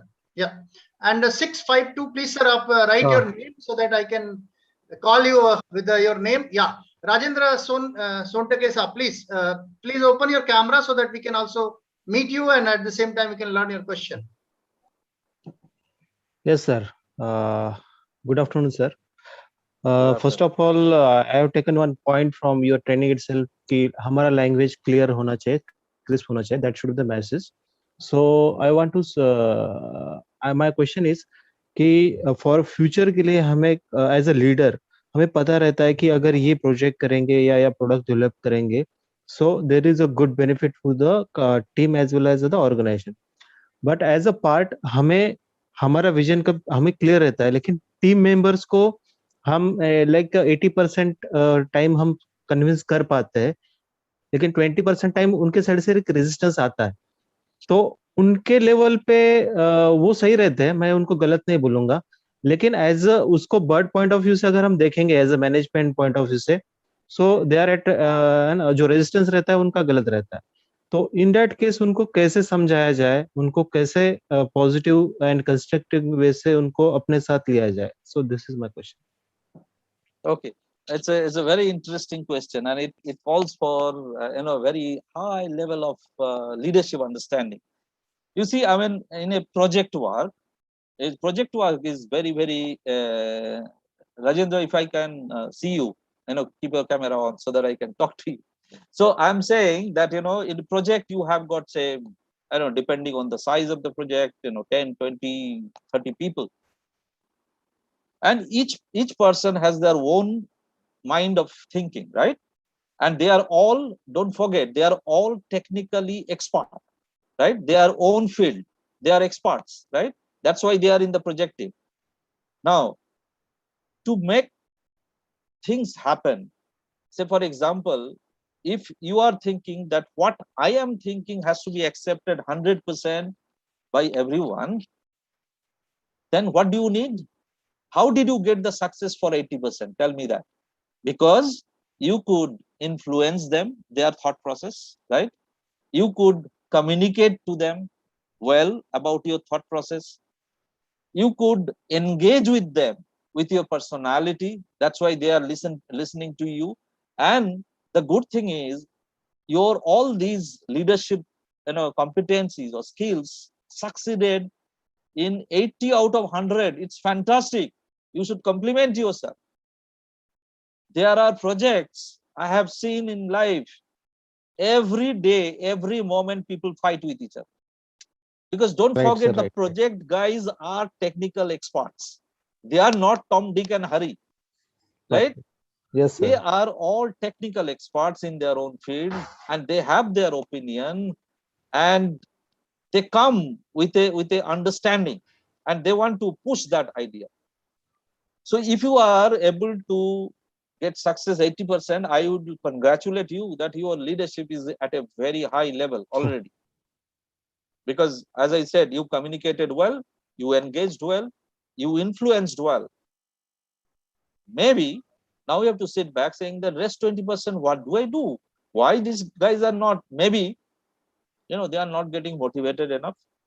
I'm giving example. I don't know your project. Yes, yes. Maybe Yes. you need to engage with them little more, have a cup of coffee somewhere, go outside the office. All these small things work. Once Right, sir, right. there is something in leadership which is called building trust. Once you build the trust for yourself, when other people start trusting you, wonderful things will happen. Right? Right. So sit back and write on a piece of paper that what gave you the success for 80% and what are you going to do for the rest 20% cases. I'm sure you will get an answer. You have to Thank get you. your own answer. And Yes, sir. I'm Thank you. just triggering your thoughts, then how it can happen. Yeah, and Yes, sir. I think it's a great answer. And yesterday I was just talking with one of the giant software companies director.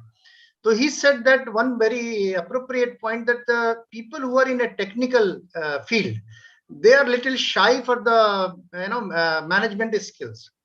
Right, little bit. They have to honor, they have to develop their management skills. They are very good in technical, but when matter comes for collaboration, interpersonal skills, understanding vision, mission.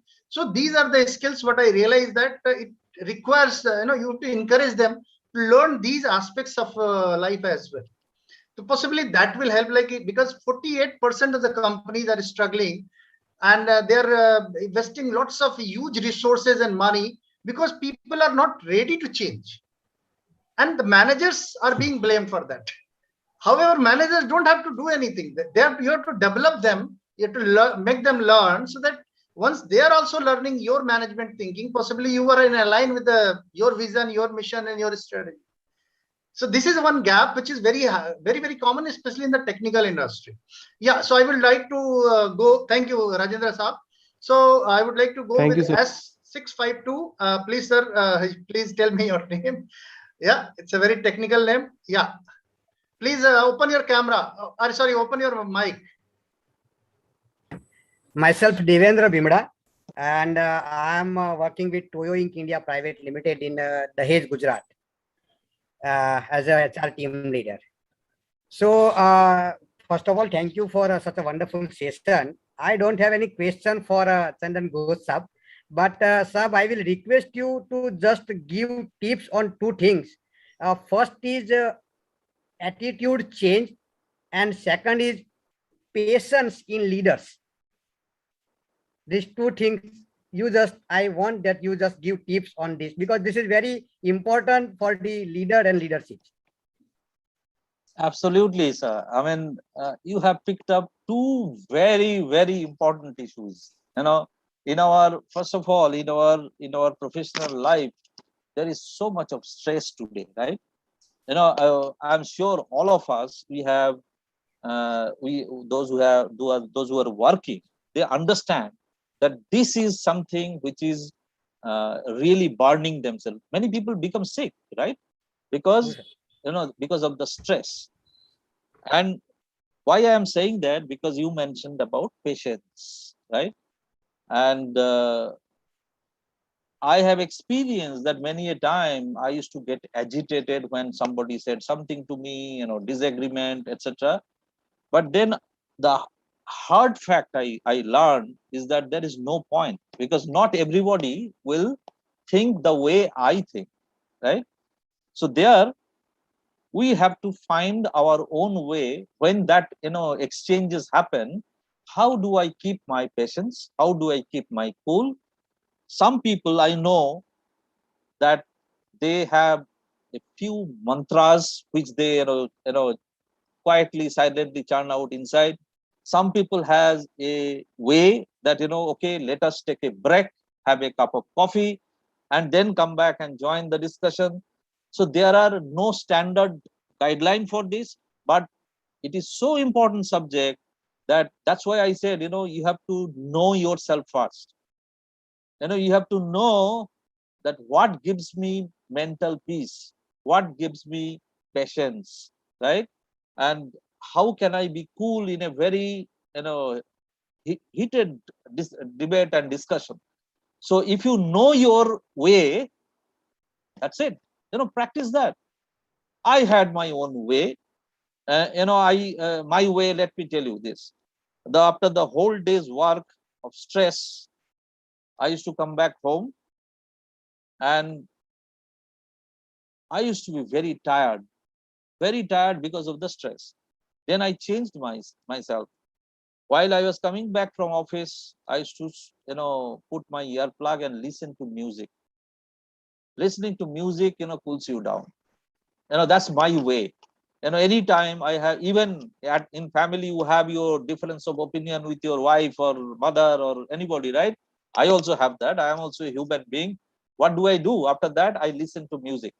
And then maybe, I cool down. I say, okay, this is what is acceptable, what is not acceptable, and then explain to each other, right? So that's my way. The second is you talked about attitude. Another, you have picked up two very subjects which can be discussed for few hours, right? Definitely, sir, and we will. We say that attitude makes or breaks. Attitude makes or breaks. So if your attitude is correct, many of your weaknesses will be covered, right? And for the time being, I will recommend, or what I practice, I'll say that only one attitude I know is positive attitude. In a very negative situation, if you are able to think positive, suppose someone in your family is very sick. Let's take this case. If you start behaving differently, behave badly with doctors, behave badly with your relatives, nobody will be beside your side. But if your attitude is positive, okay, somebody is sick, if I give him or her the right treatment, if I take him or her to the right hospital, if I take the right help from my relatives, things will be okay. It's a positive way of thinking, right? So I will, for the time being, only recommend from my side that be positive. That's the only attitude I'll recommend. Yeah, I think Thank it's you a so great, much. great answer. And there are so many things which are erupting, especially when the team is there and managers are not able to handle. Reason being, we have never been trained. Our mind has never been trained. We are good in academics. So, is there any opportunity to train? So this is this whole program is to tell you that whatever problems you are facing alone, silently, don't need to face those problems alone. Give your problem and you feel free. We take guarantee of your problem will get sorted out. So that is the kind of attitude we are developing in people. We are taking care with guarantee, no warranty. Guarantee means guarantee that people will come here, they will learn, they will talk, they will understand, and they will change, because nobody has talked till the time. Nobody has even told them that you are having, these are the strengths and these are the weaknesses. Nobody has told before that this is the right way to develop yourself. Everybody is demanding. Why you are demanding? Why you are not giving the right path, right platform? So certainly if you will give, everything will be normal, everything will be easy. So thank you very much. Very good question. Yeah. Thank you, sir. Thank you. So now I will come to Arjun Bsi. Arjun Bsi, are you there? Yeah, Arjun. Yeah, I think he is raising the hand, but somehow either it's a technical glitch or something like that. So is there anybody, any other question? Please feel free to talk, because you may have, so many work, but at the same time, such kind of environment hardly you are finding in a next 1 month or 6 months or something like that. So please utilize this. Yeah, Kiran Pradhanji. So I will come to you, Kiran Pradhan. Please, open your camera and raise the question. Yes, sir. Am I audible, sir? You are audible. Please open your camera, sir, so that we can meet you personally as well. Yeah, sure. Yeah, hello. So that program was very nice, actually. I really appreciate the he has expressed the very, Mr. Ghosh has expressed very well mannered, and the leadership topic, which is very useful for us nowadays. My question is related to the word is situational leadership, situational leader. So nowadays in professional life, we always become situational leaders. So Gosher, actually, just I would like to ask you about the situation. Can you just explain the benefits of situational leadership, or is there any formula to become situational leader? Okay, it's a very interesting question. I would say that leadership and situational leadership is very simple. That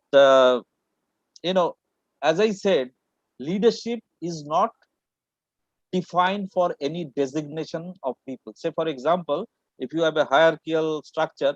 By the way, which profession you are in, sir? Sir, I'm in Shaili Engineering and I'm heading HR compliances. HR compliances. Okay. So if you have a hierarchical structure, say, for example, you have 3 layers, say, front line, then first line, then leader. Normally, in a given time, what will be presumed? You ask anybody who is the leader, they will show to the top leader. He is the leader, right? Many a time, fingers will go towards the first line managers. They are the leader. But it is not exactly so, because in different times, different situations, different environments, anybody can take the leadership and they can become the leader. Let me give you an example. Suppose you have a salesman and a supervisor. So who is the leader in this case? The supervisor is the leader, right? The team leader, right? Correct. The salesman and the supervisor has gone on a sales call. He is attending a customer. Now, who do you think should be the leader in that situation? Salesman. The salesman. And if the team leader or the first line manager think, because I am the boss, I want to be the leader, then the sales call will collapse.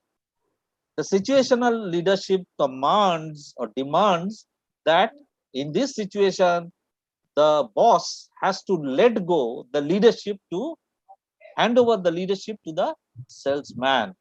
And in that situation, this person becomes the situational leader. In every sphere of life, at your home, if you see, many a times at your home, are you the leader or your wife is the leader? For me, my wife is the leader at home. I don't do anything. It's I a can't decide controversial anything. question, sir. I really don't decide anything at home. So who is the leader? My wife is the leader. Correct. Many a time with our children, what happens? They really command the situation. They decide which restaurant will go. So who becomes the leader there? In the restaurant, when you select the menu, who decides? Maybe your child. He is the leader. So that's how situational leadership changes, and it is true for every sphere of life, right? So, and if we are mentally ready to accept this, it's great. Achievements will be great in life.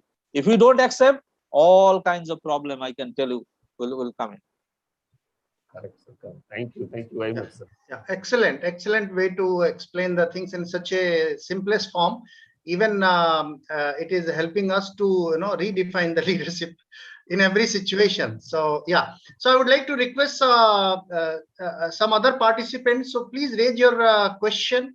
If you have anything, please. This is also a leadership, that you are at least having that courage to ask your question in a given forum. So please feel free to speak up your mind, speak up your heart, and ask right questions, because such a good environment is there where the two great speakers are there with us. So utilize their experience and possibly solve your problems, not your problems. Because of your question, we will solve our problems as well. Yeah, Abhijit Mitra Saab. Yes, sir. Yeah, Avijit Mitra, please open your camera, sir, so that we can connect with you. Yeah. Yeah, good afternoon, sir. Good afternoon. Sir, actually, in your presentation, you have shown that leaders should have been hardworking. But nowadays, another word is we are hearing that we should do smart working. So I just want to know that what is smart working and what is hard working? What is the difference between that? Wow. Have you heard in football, there is something called football and percentage football? Some teams, which team, I'll give example, that some of the European teams, Germans, they play percentage football. I will play to win. That right? Yeah. But when it comes to Brazil, it's not percentage football. They will play football as football, right? So similarly, you are saying that hard working is a fundamental term, and even if you want to work smart, your hard working cannot go. I cannot be lazy and I don't want to work, but still I want to get success. Show me one example of that has happened. I have not seen any example. I have seen that the CEOs are extremely hardworking. You hear this. Our prime minister says he works 18 hours a day, right? Let's not get into debate. But I'm saying these are indications that your hard working will remain. Without that, nothing can be achieved. But yes, at times, somebody, if the objective is not clear, if the strategy is not clear, despite your hard work, it fails. The result does not come. But some people on that particular occasion, you struggled whole day, could not solve the problem, and this guy comes in 2 minutes time, he comes out with a solution. He may say that this is smart working, but behind that smart working, he has worked hard. Somewhere he has prepared, somewhere he has studied. That's why he is able to give that smart solution, right? So there is no substitute for hard work, but at times you can do smart work to ensure that you get specific success in the shortest possible time. Yeah, I hope Mitra Saab, you've got the right answer, and thank you very much for this question. Because of you, we also came to know about this percentage football and football. So I will come to Neeru, ma'am. So yeah, Neeru is there. So please open your camera and please raise your question. Yes, ma'am. Yeah, please raise your question. Namaskar, everyone. I am Neeru. So my question is like, being a mother of two teenagers, I just want to know, is the leadership quality in teachers can engage the students towards the online studies? Because nowadays children are getting very distracted in online sessions. So is this leadership quality can help students to, can help the teachers to involve students more towards the studies? Absolutely, very interesting question. Before the lockdown started, I went to a school to talk about careers, leadership with the students, and the teachers were also there, and I realized that how important the leadership of the teachers to the students, how they guide, how they coach. Because don't forget, who is a teacher? He or she is not only teaching the subject or a technical subject, but you are also preparing the children to go into the more complicated professional life, right? They learn from you, your behavior, the way you talk, the way you do things, they are picking up from you. So leadership for teachers in general, I think this is the most important area where government should invest in leadership development, because you all are teaching us, right? We don't need to go to special schools, special this thing, provided all our teachers are great leaders, right? And as you said that I hear this big challenge of online teaching, that the students, you don't know what is happening on the other side of the camera because camera is switched off most of the time. I think the most important part is how do you influence or motivate the students to hook onto the study during the study time, right? And yes, though it is it's not face to face is easier. I also personally I feel uncomfortable to talk to people where I don't see half of the people on camera. It's not my forte, so it's okay. But unfortunately this has been forced on you, forced on the teachers, that you have to teach the students on camera. So I would say that yes, if you can develop your style of motivating your students sharper, then of course it will help some students. You may not get 100% success, but 80% student, if they come back and behave properly during the study, that will be great. So I will suggest that always look for improving the leadership quality, how do I inspire, how do I motivate, etc. Technical skill, technical knowledge, yes, it is important. Which subject, by the way, you teach, madam? No. No, sir. She's a Actually, mother. I am a. Oh, okay. She's You a are a mother mother. of two Okay, child you are and- on the other side. Yes. Yeah. So even the teachers, they need to understand this, right? That how to motivate the student. And at the same time, since you are a mother, I must put it back to you, saying that how do you, because if you force, nothing will change. Children are children, right? You can push them, you can challenge them, but if you can inspire them, saying that why this class is so important, why even sitting in front of the camera is so important, I'm sure things will improve a little bit. I'm now speaking from the mother's side. Yeah. Thank you very much, sir. Yeah, it was really great. Yeah, I hope Neeru ma'am, you have got your answer. Yeah. So now I'll come to Hardik Dikshit Saab. Yeah, sir, please raise your question. দাদা নমস্কার। নমস্কার। কেমন আছো? ভালো ভালো। আমি বেশি বাংলা জানি না। খুব ভালো বলছেন তো। Okay. As we were talking about this teacher leadership, at my home also I have a mother who is a teacher. Okay. So as we were discussing, I asked her also to be a part of this conversation. So she also has something to share. Sure. If Neeraj sir, you don't mind. Please. It will be a great opportunity to listen, Hetal ma'am. Yeah. Right. Yes, ma'am. Boliye. Well, as Mr. Ghosh said, that inspiring the children by the mothers is very important. I agree to that. But totally, it's not on the mother's part. I feel that it's the teachers who should inspire.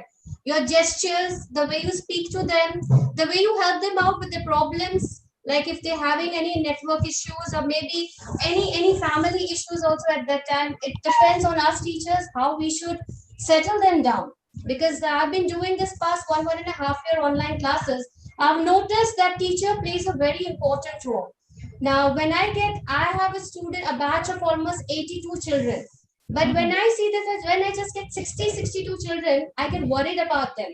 So I take a note of it, who all are absent regularly. I give them a call, I send them message. So the parents also get motivated and they motivate their children indirectly. So this is also, it's important that you are taking care of your students, why they are absent, what's the reason they are absent, what's the problem, what they are not understanding. One-to-one connection, even during online classes with the student, helps the children. They feel like, madam ne mujhe pucha, madam mujhse baat kar rahi hai. So that's what also it works. So it's a teacher's role to inspire the children, even not क्योंकि वो बच्चा घर पे एक mother की नहीं सुनेगा in this situation. I have my own kid who does not listen to me, but my 82 children listen to me and they attend the classes. So that's a little motivating apart from the teachers. What I feel, the teachers should be more motivating than the mothers. So it's on us how we tackle the children. That's what I believe as a teacher. Absolutely, ma'am. You are on the dot. And I don't know whether you heard the full conversation. I was first talking about that the teachers have a greater responsibility to inspire the Yes, children, exactly. right? Yeah. I mean, so that's where, because, for us in professional life, we hire coaches, so we hire mentors. For the students, you are the coach, you are the mentor, you are the guiding force, you teach them everything. So inspiring the students is the first Exactly. level of leadership that everybody should have. All teachers should have that leadership. And you mentioned something which is very important, that engagement, one-to-one engagement with the students. Yes. Only just saying something on camera may not help. So engaging with them, talking to their family is very, very important, and I think you are doing it. Congratulations to you. it Thank is you. it is wonderful, wonderful thought. And thank you very much for this conversation. This conversation is inspiring me to start a new management certificate course for the faculty, especially inclined with the, especially included with the leadership quality. So thank you very much. With this, I would like to request any other participants, if they have any question, please raise your question. Leadership is not for listening only. Leadership is asking also. Last one question, Yeah. one or two. Yeah. Because can leave after that 2 o'clock. Yes. So no questions are there. So with this, I would like to request Rekha ma'am to please give your final remark for the session, ma'am. Yeah. Yeah, your mic has been muted, ma'am. Please.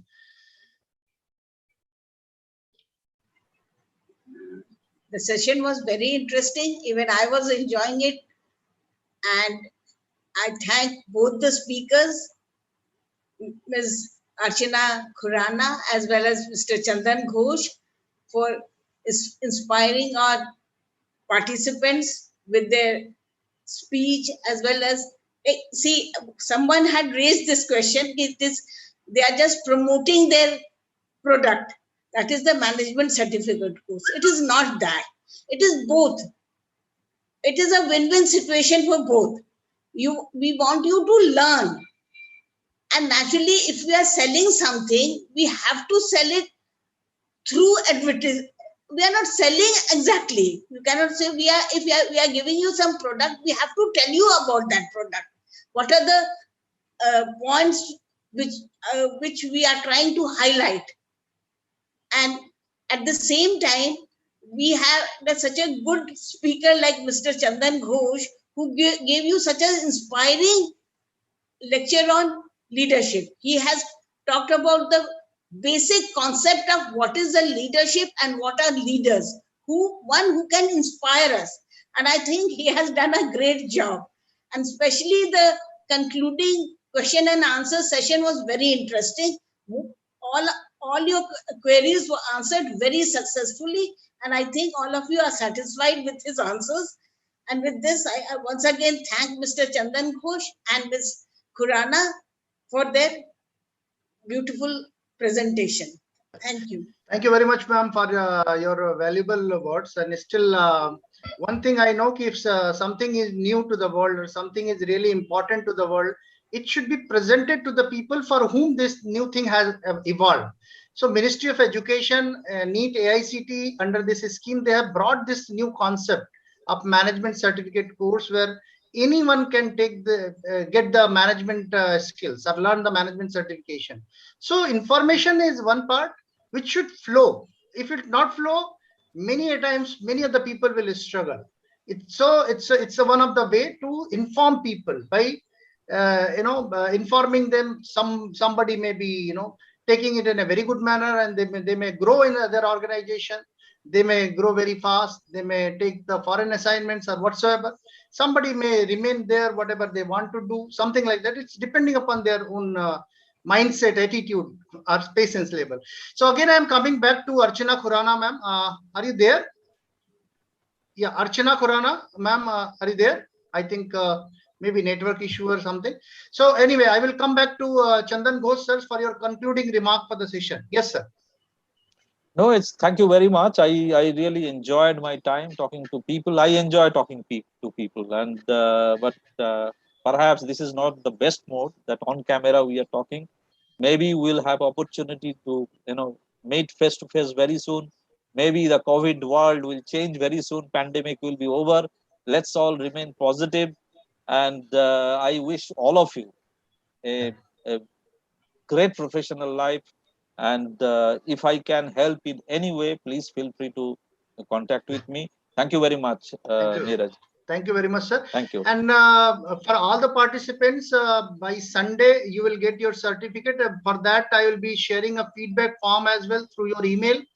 And you can fill it back, and that will help us to know a little bit more if there are any question or queries. And I will, sorry, Neeraj, just one information. I will publish this presentation in the form of an e-book very soon. So that will be clear. And if people are interested, if their emails are there, we can share it with them. They can see the e-book. Okay? Yeah, sure. It will be really nice. And certainly all the participants will get their participation certificate as well. Yeah, with this, I would like to request Mr. Hardik Dikshit, who was the real backbone behind this. And first time I have seen that gathering was so much, I was worried that people after 100 were not able to join. And after that, we have to release immediately this YouTube channel, so that people who are not able to participate, at least they were going through that. Yeah, Hardik Dikshit Saab. So I need your valuable input, sir. Yeah. So thank you very much for all those who could participate on the request. And again, thanks to the pandemics, as Dr. Ghosh was saying, that opportunity or being positive. So technology had been for our, as a savior for us in this pandemic, and we are able to connect across India. Many of my friends have joined from Delhi, from North India, even from Western and Eastern part of the country. I tried to have as much as possible. Thank you so much, Rajendra San, Kiran Bhai, and all those who could interact in this session and can have a valuable information. And those who have remained now, we were 100 in the beginning, still we have around 70 participants at the end. So I just want to thank all of you, and I also request all of you to go through this NEET AICTE scheme and the entire program, because it is definitely a very valuable program for all of us. Short-term duration and a lot of learning. And the session which we just went through, similar sessions are the part of the syllabus also. So get connected. There is an app available. Install that app and start learning on your own as well, and from the experts also. So that is a request from my side, and thank you very much for the participation. Thanks, Neeraj sir, for giving this platform. Without any good platform, it is difficult to engage people also. So I tried my best as much as we could do, and thank the technology that even if there were more than 100 participants, YouTube live was available so that people could continue on the learning. So thank you so much, Neeraj sir, and thanks everyone for being there. Yeah, thank you very much. And I'm pretty sure that this is one of the most ambitious and great initiative by Ministry of Education, NEET AICTE, for such kind of a development in the employees, the students. Please do take I can say benefit of this new initiatives. So thank you very much, everybody, and all the best, and hope that soon we will meet again on some other platform or with some different topics. So this is a continuous journey. This is a lifelong journey. So you are part of YSI. You will remain part of YSI for I hope that rest of life, so that we can continuously meet, learn, share, and grow together. Thank you very much. Thanks.